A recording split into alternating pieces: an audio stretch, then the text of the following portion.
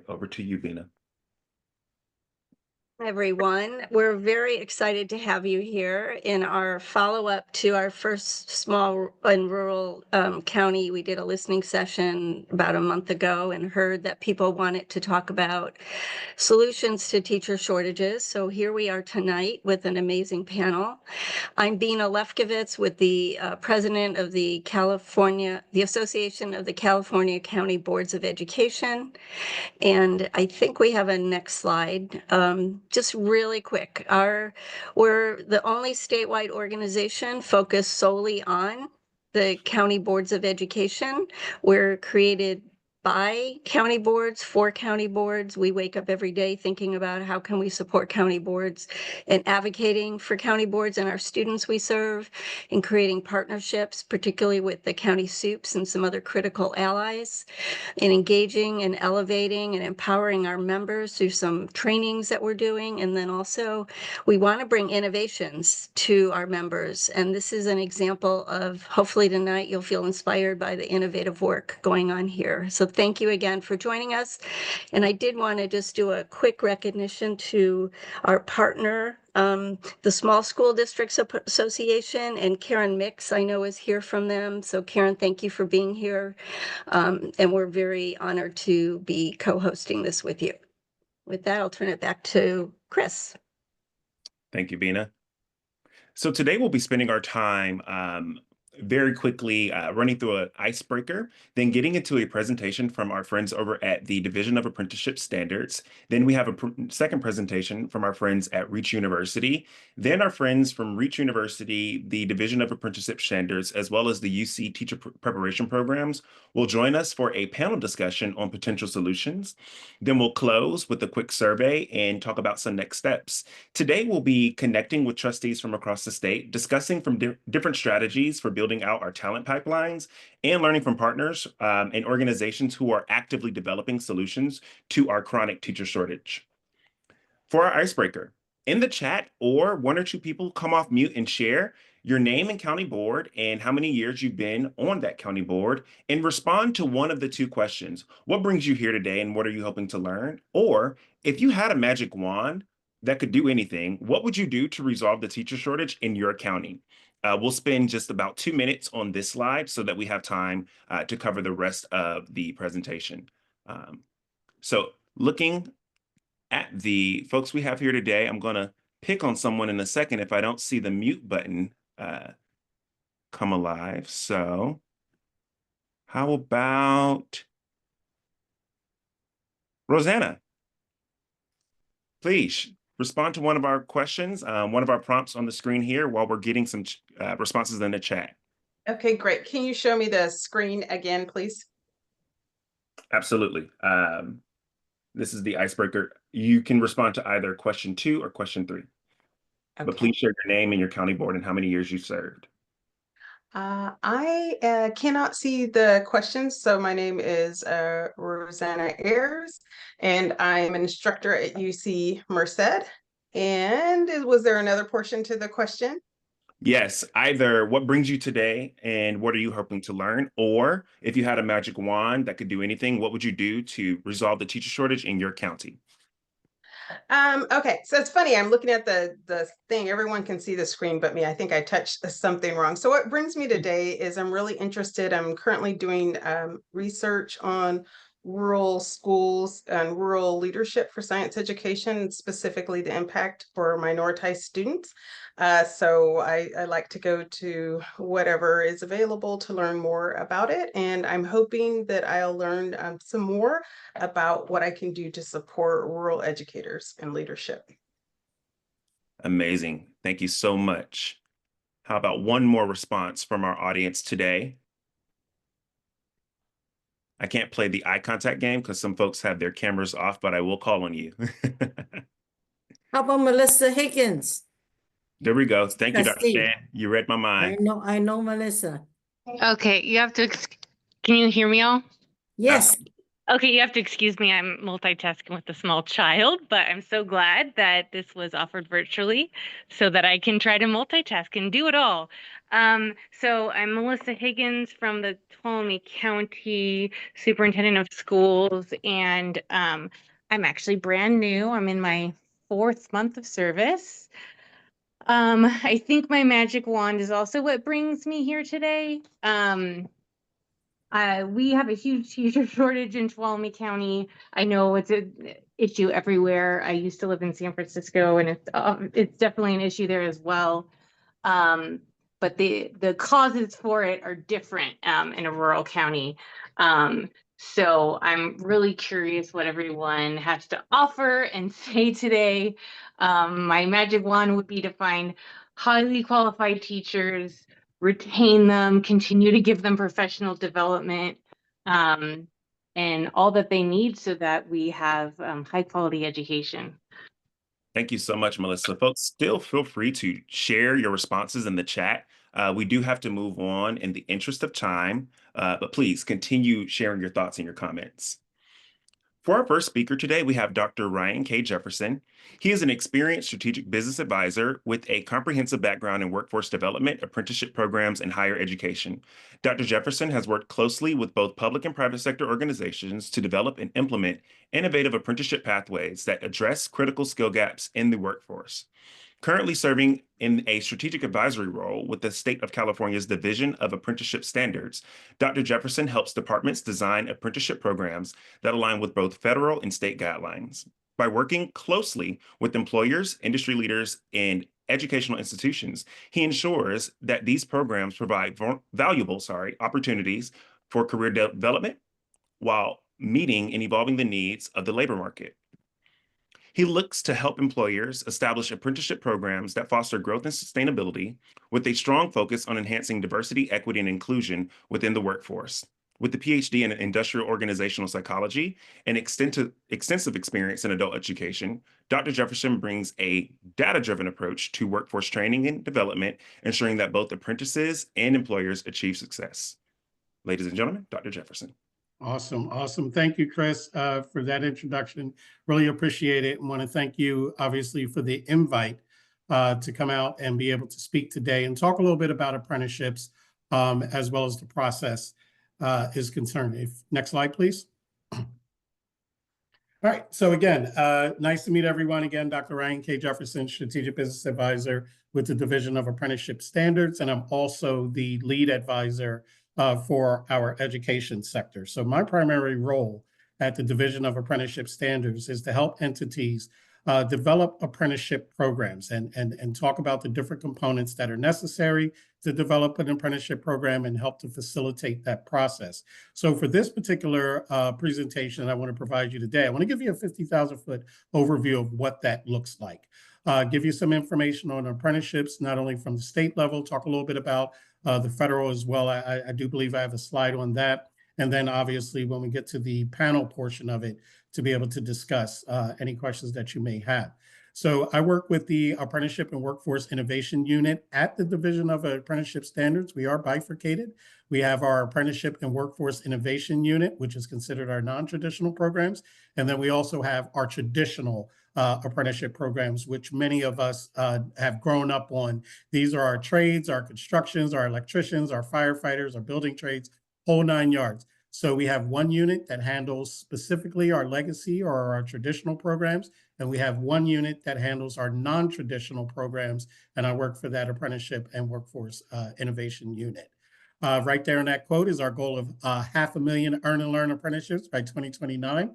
We're working definitely diligently to be able to accomplish that audacious goal, and we're excited to bring credentialed teacher into the fold of those apprenticeships as well. Next slide.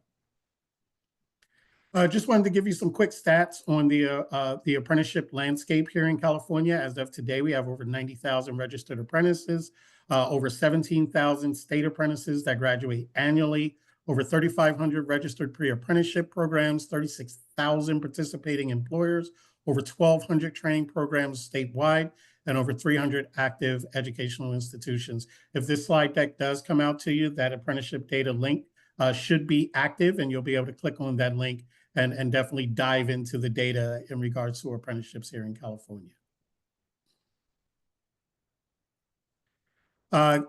right here on this screen, we definitely work in conjunction with our partners at the United States Department of Labor Office of Apprenticeships. For entities that are thinking about registering your apprenticeship program, you can register your apprenticeship program both with the state as well as the federal government as well. And there are benefits to a dual registration from that aspect. Registering with the state of California obviously opens up funding opportunities for state-specific funding related to apprenticeships. And obviously registering with the federal is going to open up some federal grants related to apprenticeships that you would be able to take a look at. But we're two separate entities and we share a common goal, and that's to enhance apprenticeship opportunities and to support our employer partners. So you heard me mention a little bit earlier in regards to non-traditional apprenticeship programs. So I think it's important that you at least have an opportunity to take a look at what those sectors are. Each sector that you see on the screen has a sector lead, such as myself. I know we're here to talk about education, but after this call, if you're thinking about apprenticeship programs in any of these other sectors, definitely reach out to me. I will put you in contact with that sector lead, and we can help you to be able to develop that program. So let's get into the meat of this thing. So when we're looking to develop apprenticeship programs, you'll notice by the slide deck that's there are a lot of different stakeholders that can be involved in actually developing an apprenticeship program. I'm going to go a little bit in detail with some of these. Obviously, when you're developing an apprenticeship program, we're going to be looking for an employer. This is the entity that employs the apprentice and provides the on-the-job training. Obviously, the educators. California apprenticeships are based off an earn and learn model. So while you're learning in the classroom, you'll definitely be earning on the job as well. Government entities such as Division of Apprenticeship Standards or the Office of Apprenticeship with DOL to oversee the program for quality and credentialing. Apprentices, obviously, without an apprentice, you do not have an apprenticeship program, an important stakeholder. But we also look at our community-based organizations and workforce development boards.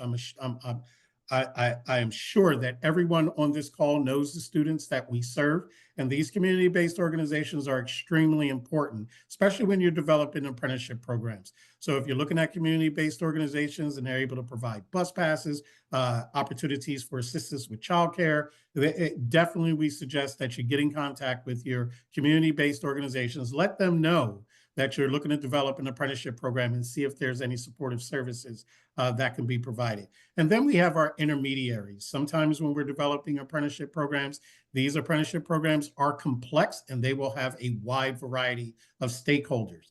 And for lack of better terms, sometimes there's just not the bandwidth to be able to create that. And that's where our intermediaries come into play. These guys convene all the stakeholders together to help launch, run, and scale apprenticeship programs. Next slide, please. So what is it? So what is a registered apprenticeship program? Based off of our earn and learn model, registered apprenticeship program is a structured educational training program that takes place in the workplace. So my role as a strategic business advisor is to help entities gather the information that you're seeing on the screen right now. So the primary component in order to have a registered apprenticeship program is going to be the program sponsor. This is the entity that's going to work with me. We're going to build out the entire program, and we're basically going to develop a set of apprenticeship standards. And inside that set of apprenticeship standards, the very first thing we're going to be looking at is an apprenticeable occupation.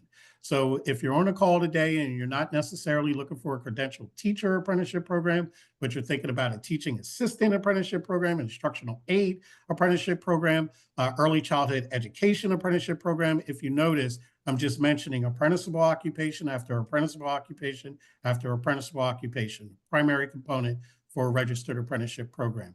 Another primary component is going to be the on-the-job training component. Please keep in mind the on-the-job training that apprentices will be performing at the work site. These are defined work processes. These are defined competencies that I work with different entities to really determine what is it that an apprentice needs to learn on the job. The beauty behind developing a registered apprenticeship program is if you already know that you have a process that you're doing, but there's gaps in those processes. You wish students would learn a little bit more about this, or I really wish this curriculum would be able to touch on that. that on-the-job training is a great opportunity to be able to add those little ancillary topics that students need to learn to really be successful within these fields. So we work with you to help to be able to develop out those on-the-job trainings. The next component is going to be your related and supplemental instruction. We recommend at least 144 hours of classroom-based RSI, which is around the equivalent of 3 college lecture courses. And the related and supplemental instruction is tied directly into the apprenticeable occupation. It's tied directly into the on-the-job training. So when students are learning in the classroom, they're able to go to the on-the-job training and apply that theoretical learning that they've done in the classroom. And what really sets registered apprenticeships apart from internships and other workforce development programs, these are paid employees with progressive wages. These are paid W-2 employees. These are not stipend employees. These are not 1099s. Apprentices are fully paid employees with a progressive wage scale with at least 1 step increase in their wages, and ideally with benefits. But as long as we know that they're paid W-2 with a progressive wage scale with at least 1 increase, then we're definitely good to go. So I at least wanted to share at least the core components. If ever you decide to develop an apprenticeship program and you want to work with me to be able to develop that, this slide here is really encompasses the type of information that we're going to wind up gathering to develop your apprenticeship program. Next slide, please. So there are 3 types of registered apprenticeship programs. You have your time-based programs. Most time-based programs are generally reserved for our trades programs, for our electricians, our plumbers.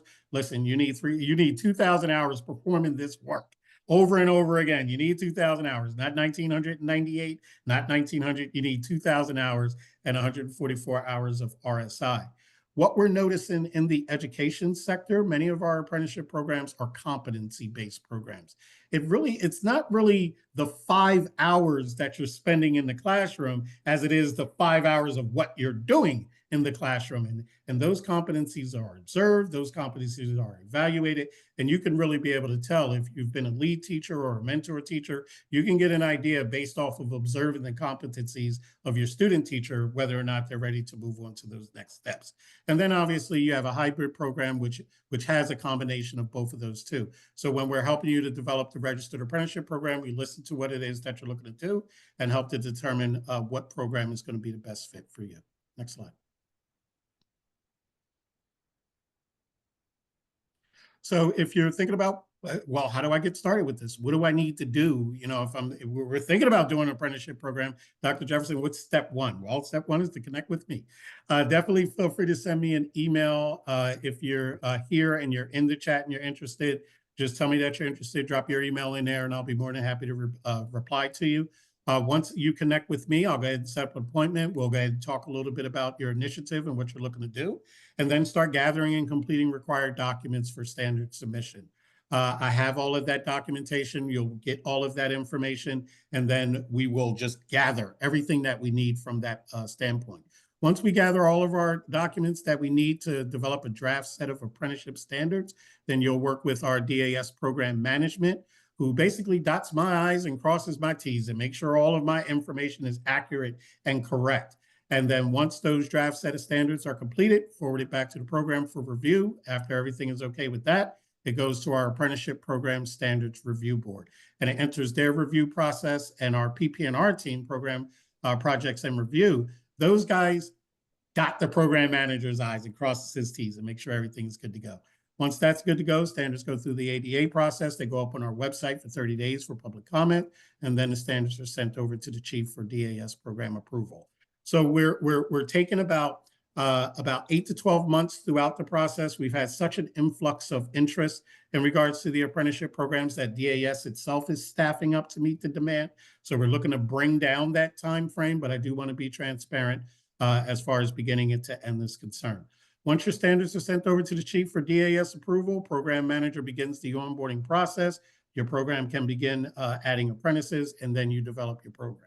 But the good news for you is, as your strategic business advisor and DAS as a whole, we walk with you throughout this entire process. We will provide as much or as least amount of support that's necessary to help you to develop your apprenticeship program. Next slide. A couple of potential funding resources. You can definitely scan that QR code. It will take you to our website, and you'll be able to identify some of the funding resources that are on the page. I will be completely transparent. I have limited information on funding. I do not play a funder on TV, so I do try to provide that information for you. But if you do have specific questions to any of these funding resources that are here, definitely reach out to me. I may not have the answer, but I'll definitely work diligently to get you in touch with somebody who can provide that information and those answers for you as well. Next slide, please. Like I mentioned a little bit earlier, partnering with us, all of our services are no cost to anyone that we're working with. And these are some of the complimentary services that we help to be able to provide you. But the number one thing that I do want to be able to state when developing an apprenticeship program is that you do have support. You have support not only from DAS, but you're also going to have support from the entities that are looking to develop the apprenticeship program, those types of stakeholders as well. So we're just here to basically let you know that we're here for you and definitely interested in learning what you're thinking about doing, even if you don't think it could possibly be an apprenticeship program. Come on out, come on and talk to us. Let's have a conversation. You may have an apprenticeship program based off of the conversation. So definitely feel free to reach out to us and we'll be more than happy to help you with that. Next slide, please. And I will get to that question in the chat as well.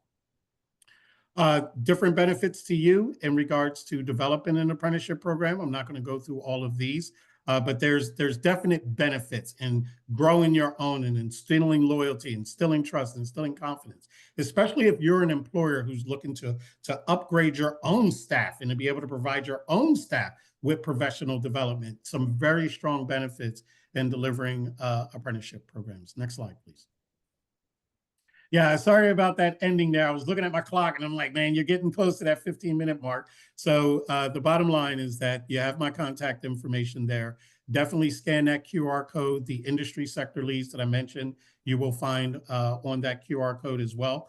And then Chris, there was a question in the chat. Do you want me to just hold off here and we can talk about that during the panel? If you could hold, we can address that during the panel. I just dropped that in the chat for Mike to see. Thank you so much, Mike, for adding that question in. And thank you, Dr. Jefferson, for such a great presentation, such a wealth of information.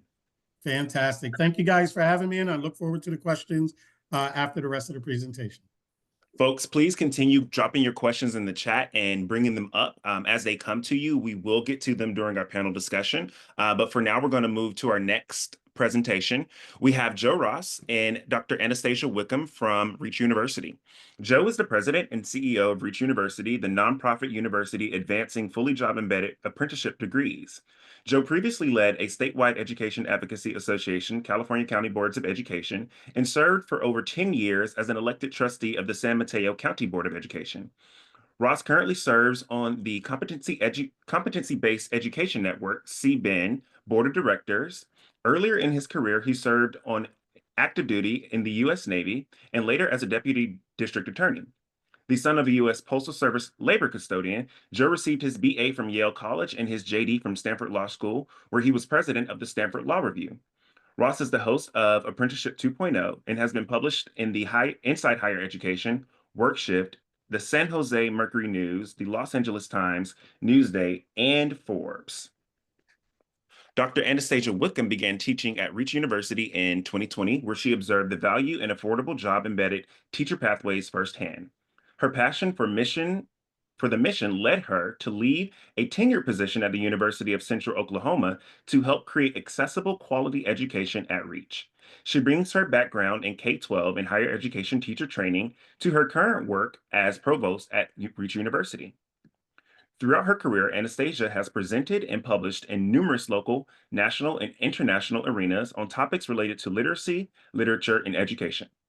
Her service to the profession also includes a term as president of the Oklahoma Council of Teachers of English, the state affiliate of the National Council of Teachers of English. In her current role, Anastasia works to advance apprenticeship degrees that maintain the essential qualities of liberal arts higher education experience while recognizing and leveraging the vital knowledge and skills that come from her work experience. Without further ado, I'll give you all Dr. Wickham and Joe Ross. Well, let me just say it is an absolute thrill to come back to the place from which I came and to see so many county trustees represented here. I will share that well, let me start by sharing kind of an embarrassing story to explain what the apprenticeship degree can do for the teacher shortage. And I really appreciate the presentation we just heard. So keep that in mind because it'll help explain what an apprenticeship degree is. Uh, so I was adopted when I was 4, went to live with another family, and my response to that was to dedicate myself to school because my thought was, I want control over my life and this new household. The adults, they had careers and degrees and power, and over their lives, and I thought I wanted all 3 of those things. And so I always thought of myself as really good in school because that was the place that kind of was my jam. And I found out as an adult in my 40s when my mother, the woman who adopted me, was over for dinner with some friends of mine, and she, like she likes to do, chose to embarrass me. And she started telling everybody about how my 2nd grade teacher called the house at the end of 2nd grade crying. And I thought, oh gosh, Mom, what are you doing? And the reason she was crying was because apparently I had done well on a reading assessment at the end of the 2nd grade. And I thought back to 2nd grade and I thought, what was going on that Miss Fenner, who I remembered, who I think I had a crush on, what was going on in 2nd grade that Miss Fenner was calling the house in tears because I passed the reading assessment? And I remembered that every day in 2nd grade, she took me out of the classroom with a few other kids to do games. And I realized as an educator, as an adult, all of a sudden that I had been pulled out for reading intervention by Miss Fenner. And not only did I learn to read, but I got an attitude about myself as a reader, confidence. And of course, I graduated from high school knowing how to read and went on to college and served in the Navy. I went to graduate school and now I'm president of a university. And I think every day about how every student in our state deserves a teacher like Miss Fenner. And yet we estimate that as many as 500,000 students in the state of California walk into school buildings every day where there's at least one classroom, if not many, where there's not a permanent teacher. And you know this challenge. And here's the irony. In each of those buildings where we have a need for teachers, there are adults who could be those teachers already. In rural places like Siskiyou County and Tuolumne County, where we already work, there are 3 to 5 times as many classified employees as there are teacher vacancies typically in any given district. Each of these adults, they're classroom aides, library aides, bus drivers, work in the office, work in the lunchroom. They typically share the same story. At some point, they had to choose the job they have in the community where they live, where they're raising their family. They had to choose that job instead of a degree. So, what are we about? Next slide. Reach University's mission is to turn jobs into degrees. What we do is we entirely center our campus in the workplaces of K-12 schools and county offices. And the intent here is to enable those paraprofessionals and those library aides to use their work to transform it into the bachelor's degree that they need to start on their pathway to become teachers. And again, there's plenty of people in schools and districts in these positions or graduating from local community colleges into those positions who can get on their pathway to earn their degree. So next slide. I want to invite my colleague, Dr. Wiggum, to share a little bit about her experience finding a pathway into teaching and why an apprenticeship pathway is a solution.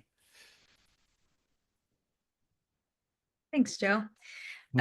Yeah, so this is a really important conversation for me that I'm happy to be a part of because I did not have a linear or easy path into teaching. I was from a very rural area, and I saw that people from my town didn't become teachers. We had teachers come join for short periods and leave. And I thought that was, it sent the message to me, one, that we didn't really become teachers. We maybe worked in schools, but not as teachers.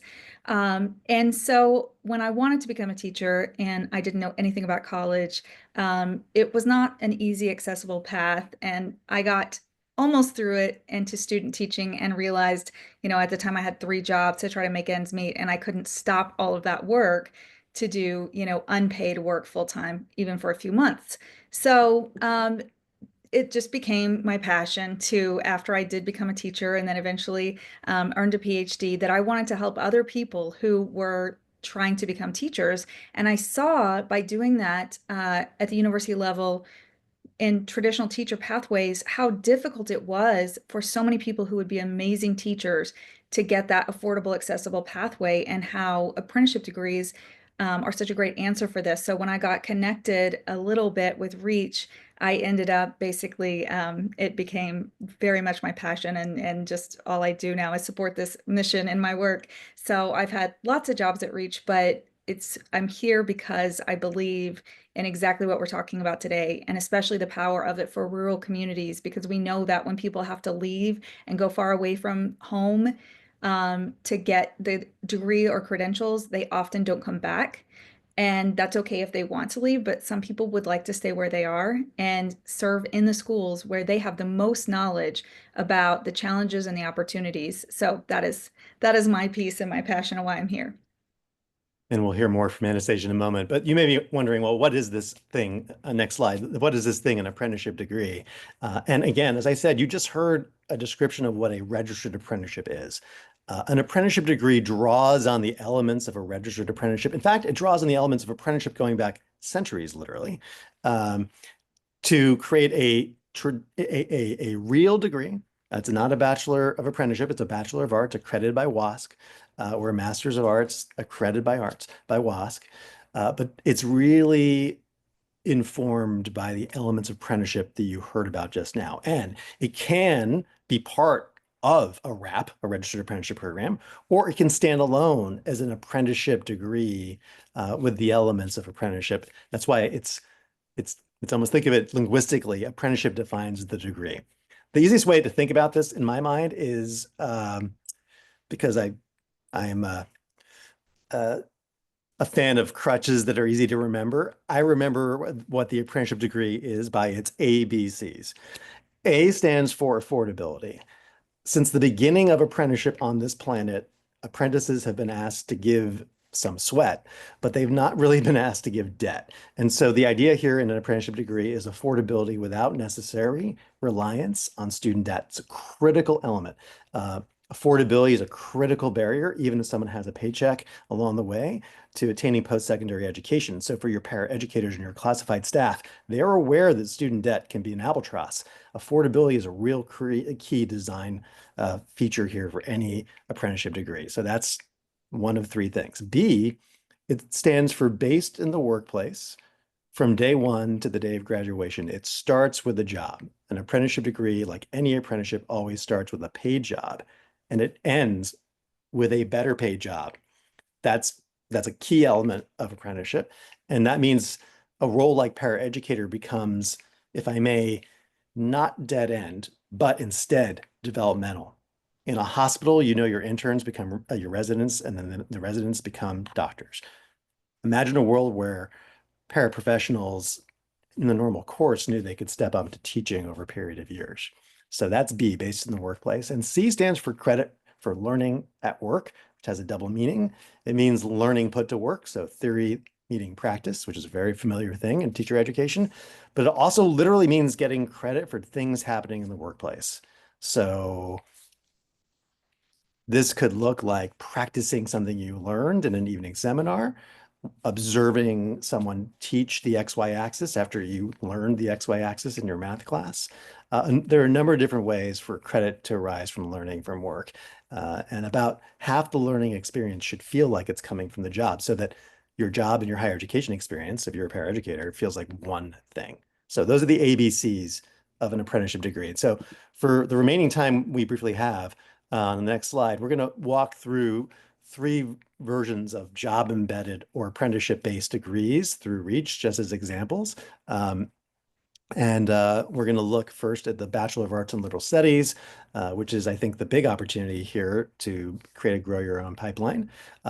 That can then lead someone, once they have their bachelor's degree, to a program at Reach, an intern program where they can be a full-time teacher while finishing their preliminary credential. Or if your counties and districts are working with UC Merced or with others, they can actually go into programs offered by those other institutions that you'll hear about on the panel. And then when someone has a teaching credential, preliminary credential, one thing that you may may have heard of is induction. I think this used to be called VITSA, right? So you have a preliminary credential, turning it into a clear credential, a permanent credential. That's a process as well that it draws on actually traditional elements of apprenticeship as well. So we'll talk quickly about those programs just to give you a sense. So starting first on the next slide with the Bachelor of Arts in Liberal Studies. I'm going to ask Anastasia to describe some elements of this. But one thing I'd note is that there's multiple entry points for the workforce in your county office and in the districts in your county into an apprenticeship degree like this. If they have, starting from the bottom, no prior credits, they will have a 4-year experience where your school district or your county office is their college campus as well. If they have a 2-year degree from a local community college, they'll get through in 2 years. In fact, Siskiyou College of the Siskiyous and Shasta College and several other community colleges in rural places have articulation agreements with Reach where every single one of their majors, whether it's an associate degree in business or in history or in health sciences, all their majors transfer into the school districts in the county, where the school district or the county office becomes kind of a transfer institution. Imagine if you could recruit someone into the county office saying, we are your transfer institution, you can come work for us, and in 2 years you'll have a bachelor's degree so that then you can step into becoming a teacher. So that's a major entry point we have as well. By the way, those programs typically are orchestrated by the county office. So Siskiyou, as a superintendent a few years ago, called up the president of local community college, College of the Siskiyous, and said, I need you to meet about apprenticeship degrees with me. So there was a meeting with me, the county superintendent in Siskiyou County, and the college, the chancellor and president of the College of the Siskiyous. And right then and there, we created this community-based model where, imagine someone could graduate from high school, go to the community college for 2 years, and then come right back to the district for 2 more years while they finish their bachelor's degree. And then they were stepping into a teaching position, and the 21st classified employees who did things like that are going to graduate over the next year or 2 in Siskiyou County. So that's an example that I'd call out. We're also excited to be in conversation with Columbia College in Tuolumne County. And if you have community colleges in your rural county, we're always excited to talk to them alongside your county superintendent and your county staff to set up these local partnerships. All right, so I think it's worth that as we wrap up to talk a little bit about how the program works. So we can keep on the same slide actually, and we'll skip through the other ones really fast. But Anastasia, do you want to share a little bit We can about? also, I think we're really out of time. Are we? Oh my. So yes, so we obviously are passionate about what we do. We talk too much sometimes, but the good news is you're going to get a lot of great information in the slides, and I think we can probably cover some of the things in the questions. And we invite you, of course, to connect with us, and we can tell you much more about the program. But you'll also see much more in the slides. So we can stop for now. So we'll send slides and we'll go right into panel discussion. Sounds like. Yes. That's what we have time for. Awesome. First, go ahead, Joe. No, that's great. Let's go. I'll go ahead and tab us forward in our deck so that we are on our panel discussion. But briefly, I want to introduce our 2 more panelists to join us today. Dr. Anna Marie Francois is an esteemed teacher and teacher educator and organizational leader whose work and commissions ignite equity-focused good trouble aimed at building coalitions with state and local agencies, community-based organizations, and philanthropy to address the most critical issues facing our society through high-quality, community-engaged education and information research practice and policy. She provides thought, partnership, and service to a range of agencies and organizations seeking to meet the needs of California's increasingly diverse student body and educator workforce, including the California Commission on Teacher Credentialing, the National Center for Teacher Residencies, the UC CSU Collaborative for Neuroscience Diversity and Language, the California Community Schools Transformation Assistance Center, the 21st Century California Leadership Academy State Center, as well as many, many others. Our second panelist joining us today is Dr. Mariana Harris. Dr. Harris is the Director of Education Programs at UC Merced, where she oversees the teacher preparation program, preparing single subject and multiple subject candidates for preliminary teaching credential and preparing credentialed teachers for a bilingual authorization in Spanish. In addition, she is the lead on the University of California Transitional Kindergarten Teacher Residency Grant in collaboration with UCLA and UC Berkeley. I'll go ahead and welcome them both to our call today. Thank you. Thank you for inviting us. And what I will also do is set a spotlight so that we're all able to be seen as panelists. Oops, sorry about that, folks. But I do know that one of the first questions we had came in from Mike, where he asked, can multiple county offices join forces to offer a single apprenticeship program? And I know, Dr. Jefferson, you were going to take that one right at the top. Yeah, no doubt about it. And there was a question before that. I think from Mike, it says, how does this work? I'm assuming that's CTC, but it says CCT and credentialing for teachers. And I think that's a fantastic question. Whenever we're developing registered apprenticeship program, everything starts with the apprenticeable occupation. So if you're looking to a preliminary credential teacher apprenticeship program, that program has to be aligned with CTC guidelines or you're not getting a credential. So the short answer to that is that we work very closely with CTC when we're reviewing standards and when we're reviewing apprenticeship programs for credentialed teachers. As of today, as of this moment, as of right now, there are no credentialed teacher apprenticeship programs, but we got a couple in development and we're looking forward to getting a couple of those approved. So short answer to your question is yes, we definitely work in lockstep with CTC when we're looking to be able to develop credential programs. The second question that you have, can multiple county offices join forces to offer a single apprenticeship program? Short answer to that is going to be yes. Whenever we're looking to develop a registered apprenticeship program, our eyes are always on the apprenticeable occupation. And then we're going to move down to, well, where are the apprentices going to be actually performing on the job training? So if you have multiple county offices that have multiple districts and you want to place apprentices within those districts, that's something that we can help you to be able to build out. Same thing with the related and supplemental instruction provider. DAS speak, we do call that LEA. I know in education speak, LEA has a different terminology for that. But even if you have multiple related and supplemental instruction providers, we can help you build that out. So the point that I'm going to make, when you're developing a registered apprenticeship program in the state of California, it starts with one program sponsor, one on-the-job training site, one related and supplemental instruction provider, and one apprentice. So we can start this pilot as small as you want it, or we can multiple county office this thing out and really build it out as big as it wants it to be able to be. But the short answer to that is going to be yes.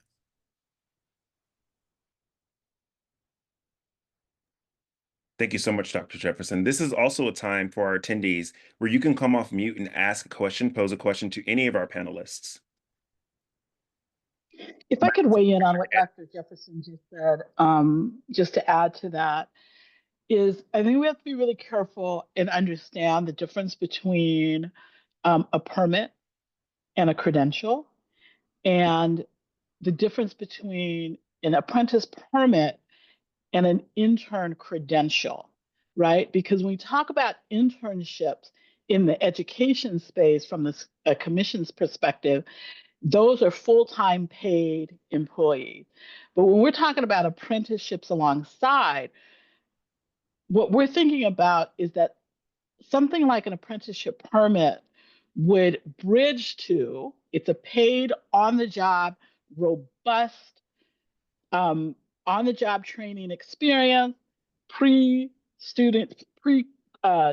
experience that enters into an intern credential or another credential where that person would be fully paid. And so it's a little unlike other workforce development fields in that interns in some of those fields are not paid folk. Interns in education, if you are employed, if you're on an intern credential, your employing agency is paying you as a full-time teacher of record.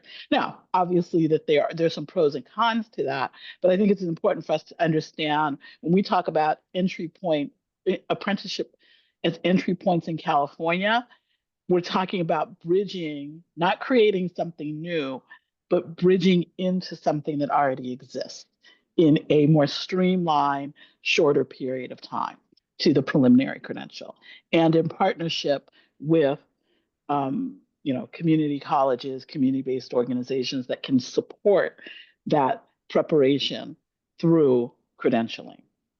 Yeah, and just real quick, Chris, I just want to piggyback off of that from Dr. Francois, because she just hit the nail on the head with this. I mean, if we currently take a look at the way teachers can be developed in the state of California, you do have that intern model that Dr. Francois was talking about. Yes, it's paid employment, but the support is not necessarily there when you develop an internship. Yes, we have a residency model, but that's unpaid, but the support is there. And this is really where apprenticeship can come in and help to be able to bridge that gap. So thank you for bringing that up. Can I say thank you, Dr. Jefferson, for saying that? The biggest thing that I see with the internship and apprenticeship is you have to have the support. The teachers nearly drown under all of the weight of the responsibility if they don't have the proper support. And the commission still requires that the support be through observations as well. They have to meet the teacher performance expectations so that they will be performing at a level that shows that they're heading towards proficiency. And that's so important. And many people drop internship programs because the lack of support and the candidates finding that they're sinking under the weight of having to go to classes, perform observations, and be the teacher of record. It's a weight that is really something that will take them either out of the position or will make them leave the profession altogether. Thank you, Dr. Harris. Mike, we're coming to you. A couple of things. I actually started teaching as an intern because I could not afford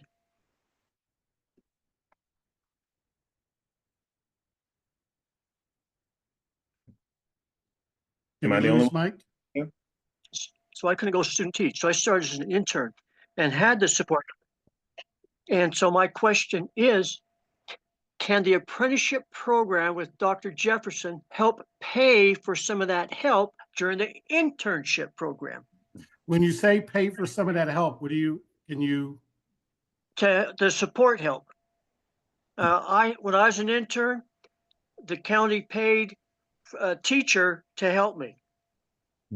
Yeah, Can the apprenticeship program pay that teacher so the county doesn't have to? Yeah, that would be something you would definitely discuss with the county. As far as the intern program in and of itself, many of the components for a registered apprenticeship program is there. One of the requirements of a registered apprenticeship program is that mentoring and that support aspect of it. From DAS's perspective, where that funding comes from, I'm not sure, but it's something that we could definitely be able to build out as far as that's concerned. So if you have districts that are having that intern model and they're paying their teachers to be teachers of record when they first come in, that's definitely, if a district's interested in developing a registered apprenticeship program, we're going to broach that topic as far as that mentor, that support, what it looks like, and how is it going to be delivered to apprentices. So we would definitely address that question. But as far as where the funding would come from to be able to pay the support staff and things like that, I wouldn't have the answer on that, unfortunately. I think one of the most interesting things about teacher apprenticeship is that it's the occupation in the United States that has the most familiarity with elements of apprenticeship compared to the other new occupations that apprenticeship is coming to, because we have had alternative teacher certification and residencies going back to the 1980s. Well, alternative teacher certification started in the 1980s out of A Nation at Risk. There was a concern we needed more science teachers and we needed to credential them while teaching. And then teacher residencies started in the late 1990s. And these programs included on-site mentorship and related instruction. It wasn't called related instruction, but it had both of those components. And they also, when they're done well, included a lot of support. It's absolutely true what Dr. Harris said.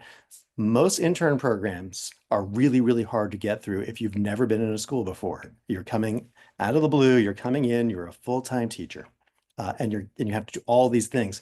One of the advantages of a Grow Your Own pipeline is that your intern candidates or your residency candidates have been in the school for 2, 4, 10, 20 years already. So they're deeply job embedded.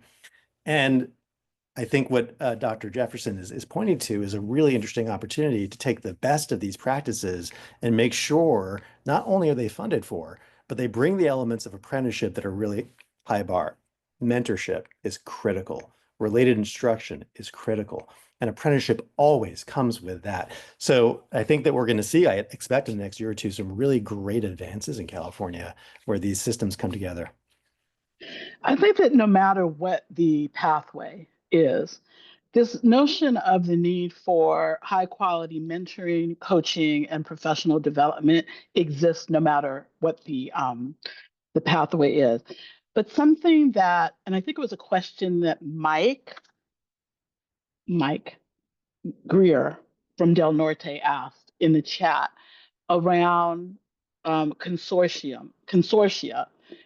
This is a sweet spot where if you can think about bringing together a consortia of LEAs, you can think about that alongside of hybrid program where you share the wealth of instruction, you share the wealth of support.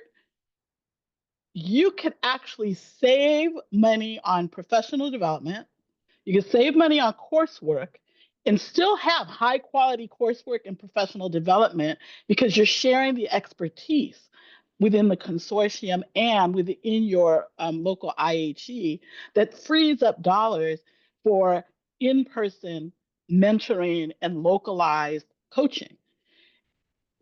So I think part of it is we have a lack of imagination sometimes about how to restructure what we do in collaboration with one another and share resources to free up other resources that make things more contextual and localized. And I also think this is a good spot for this small rural consortium, the Rural Education Network and whatnot, to do some advocacy work around with the legislature to get additional funding built in for that piece of it, because they figured out the pipeline, right? We could figure that very easily. We can create all of these innovative approaches for mentoring, coaching, and professional development. And it would also give everyone a big, if some funding was specifically earmarked for rural communities, even if it's a redistribution of existing funding. So the classified employee program, which is the program that I think Dr. Ross or Dr. Jefferson talked about, is there a way to make sure that rural communities get their fair share of those grant dollars? I know Del Norte, I think, had a classified employee residence program to add to the financial support that we give to folks, because if they don't get the mentorship and they don't get the financial support, they are going to become one of the statistics. They're going to stay for 2 years, they're going to leave. And that we're trying to think about recruitment, but we're also trying to think about retention.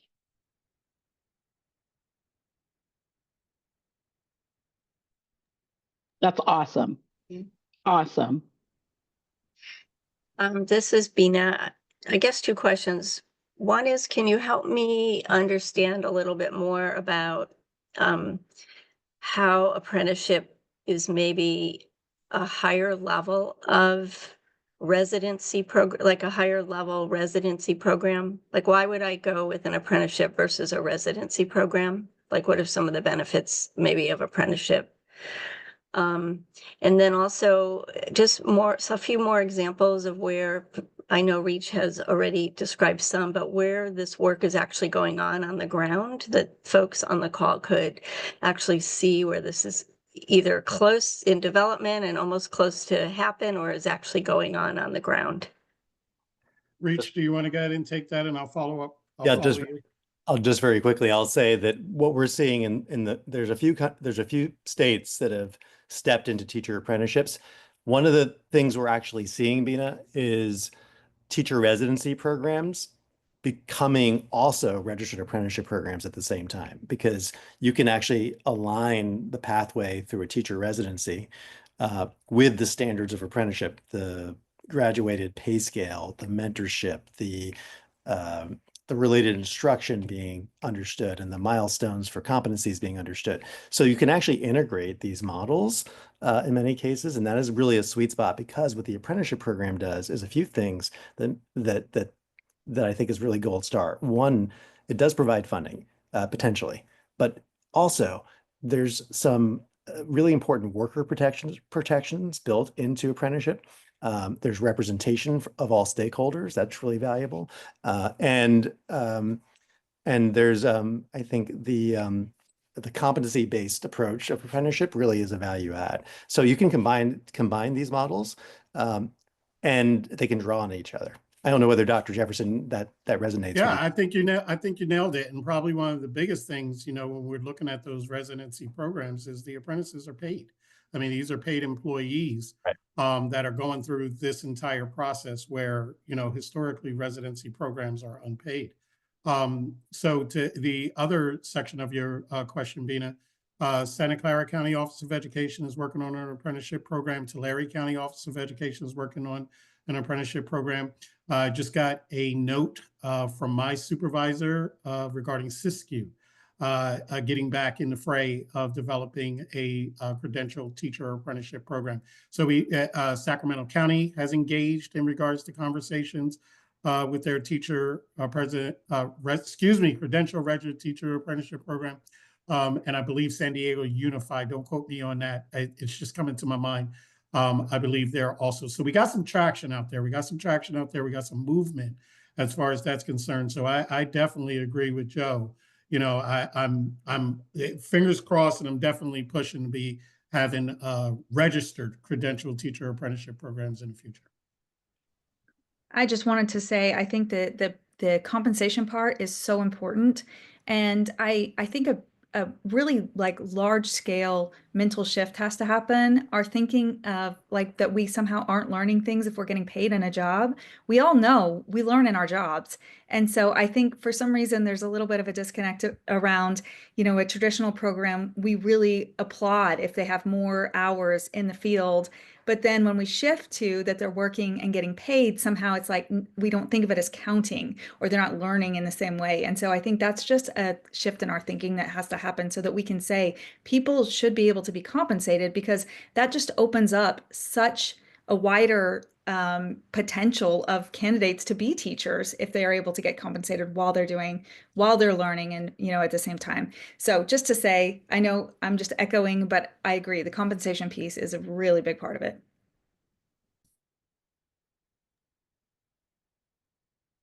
Would you want to just quickly address, if it's possible, the question that came up, some of these counties about other states, and they've had to there's a sense that somehow getting people from other states who are, I guess, already credentialed to be able to work in California. Is REACH kind of proposing that because they're a grow your own model where you start with your classified staff and grow them into teachers, that perhaps you won't need to look to other states if California isn't producing enough teachers? We think there are people already living in our counties in California. There's talent there. And so that is, I think, the big idea. But every district and county is going to have their own approach to addressing their talent needs. I just think the apprenticeship model really embraces talent that we already have that might otherwise be overlooked, and embraces the strengths of local communities in ways that I think make a real strength of it. And I see Mike also had a new question about classroom management. Mike, do you want to ask it? Yes. One of the things I do extensively is visit classrooms within my county, and well, not just my county, but elsewhere too. And it's Del Norte, not Del Norte, because it's Portuguese, not Spanish. Okay. But one of the things I found is that the teachers coming out of our university, out of our teacher preparation programs, really lack in classroom management. Okay, and because of that, we see more of a turnover of teachers because they don't know how to handle it. Are there going to be any more programs or more concentration on how to handle classroom management in the teacher preparation programs? I'd like to take that. Mike, that's a great question. We find that a lot with our new teachers, and that goes back to the supports. You've got to have a mentor teacher who invites you in to how you build relationships with students, other faculty members and staff members at the school, as well as parents. All of that relationship building is very important. So we do a big concentration about understanding the families that you serve, the school demographics that you serve. So we do a lot with that in our program because we find that our candidates struggle with classroom management. And it goes back to building relationships. But we also know that not only do we need the supports on the ground in the classrooms on the sites, but we also need it in the program. We have, how do you say, we've got people who are current practitioners in the field who support our candidates. And that part is very important, where they can talk about their own struggles and the steps they take to get better. So those are the things that we're doing. And then we do professional development in our center, where we literally talk about classroom management, and we bring those who work in those fields, working with students, to come and share how they're successful in the classroom and the steps they take to build those relationships that help them engage with students. So we hear you, and we're doing a lot of that work. And that also goes to our intern teachers, who are the teacher of record. They usually even have more intense struggles when it comes to classroom management, because they're not only trying to be a student and be successful in the teacher prep program, but they're also being the teacher of record, where they're put into the classroom and they have to manage from day one when they accept the job. So classroom management, we're on top of that, but it's a process.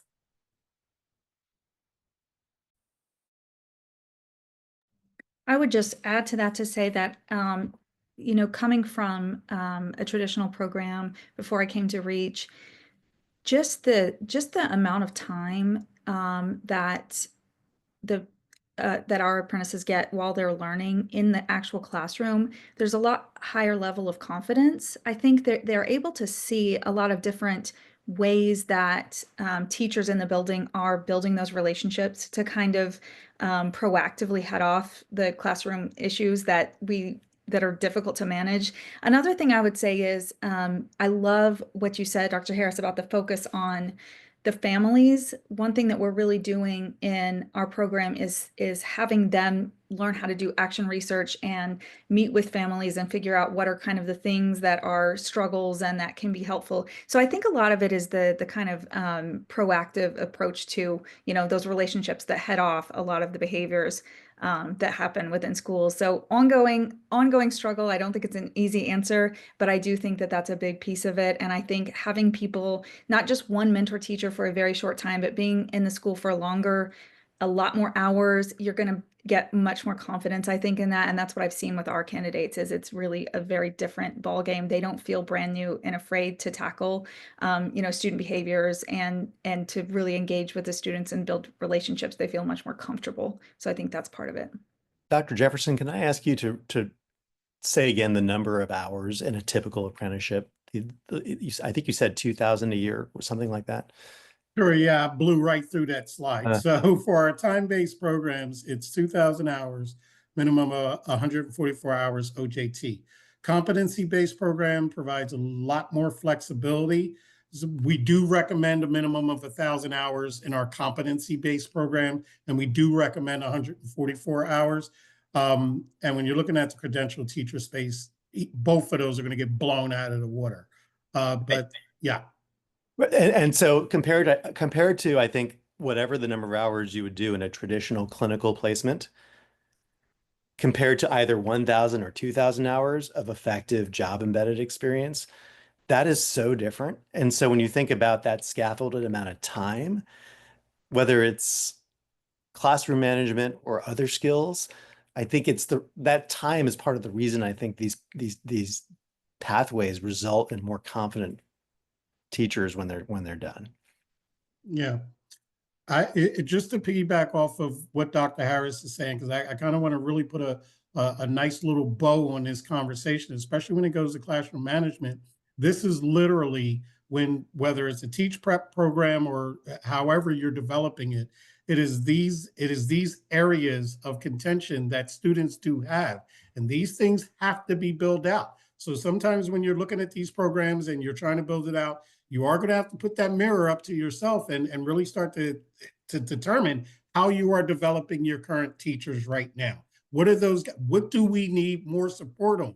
And can those things be built into an apprenticeship program? Can those things be added on top of the teacher prep program that we're already doing right now? Because if those things aren't addressed, we all know on this call, they'll just keep showing up. They'll just keep showing up until something is done. So that's another one of the beauties behind the apprenticeship program is you could take those areas of contention, you could take those areas where you need more support and add those to your program to ensure that those activities are being developed on the job training. And that's all I'm gonna say about it. Thank you, Jefferson. Dr. We've got about 2 more questions. Feel free to come off mute and ask them.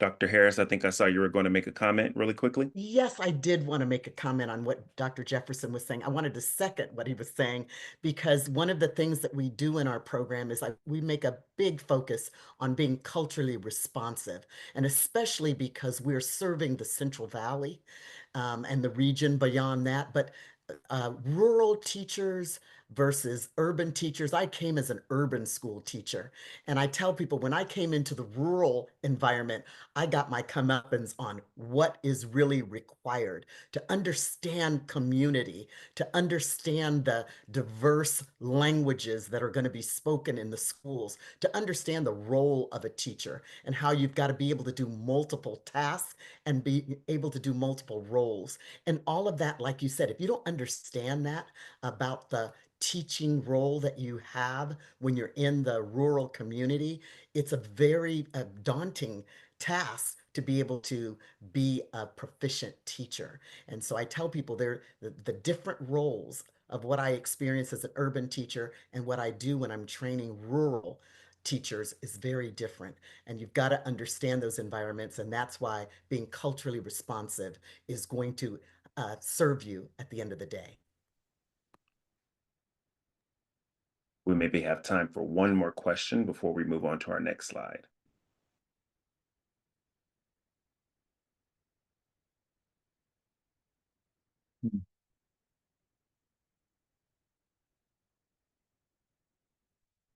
All right, folks, thank you for your time. Hearing no additional questions, we'll go ahead and move forward. We have a quick reflection. For those of us who are still on the call, please feel free to come off of mute or in the chat, respond to one of the 3 questions you see displayed here. What are your major takeaways? One action you can commit to taking based on the information provided? Or what was something that was missing from today's discussion that you wish we would have been able to cover? We already know I like to call on folks, so don't be the one. I can go first. This is Melissa from Tuolumne County. Nothing missing, just action items for me now. So I appreciate it. Got my brain churning, and I mentioned earlier I'm kind of newish, so I just have a ton of. We have a residency program in our county, and so now I just have a bunch of questions about how it functions and maybe diving deeper into some of the recruitment and retention challenges we have to see if our residency problem is really solving it or if there's other factors at play that need to be explored. So I appreciate everyone that shared. This has been super helpful. Thank you, Melissa. Let's get 2 more reflections before we break today. I'll go ahead, Chris. Serena you. from CLUSA COE. Thank you to all the panelists. It's great and exciting information, so I appreciate your time tonight. And I guess my reflection would be, I think this is so wonderful. I just really want to encourage, our superintendent and staff to pursue this avenue. However, it's hard as a board because we are not involved with personnel, so we can only, kind of guide them and maybe see what we can do to support them, but definitely we'll share the information. So thanks again. Thank you so much, Serena. Chris, I just wanted to also build on Serena's comment, if I might. our board has been talking to our superintendent about a potential board priority being around teacher pipeline development. We already have a big mental health initiative in our county office, and we have created a whole unit that's doing career pathway development around behavioral health, starting from entry-level positions all the way up to licensed clinical social workers. And we also, and because we need teachers in our court and community schools, in our special ed programs that we run, we're now talking with our superintendent about a board priority being around kind of the teacher pipeline. So that to me is a way, I don't know if you set priorities with your superintendent from a board perspective, but that could be just one thought. Thank you so much, Bina. In our last 2 minutes that we have today, I've gone ahead and dropped a link to a survey in our chat. We want to use the last few minutes on the call to go ahead and respond to that survey. Let us know how we did. How was the information presented today? Is there anything else that you'd like to see? Rosanna, I also see your comment in the chat. Thank you. Major takeaway was thinking through new, which are also traditional ways to support educators who find themselves struggling to step into and remain in education. Yes, ma'am. Thank you. All right. Everyone should have that link. And after we close today, we'll share the recording along with the slides and the survey that I just dropped the link to. We'll share that in a thank you email and a recap in a couple of days, probably tomorrow.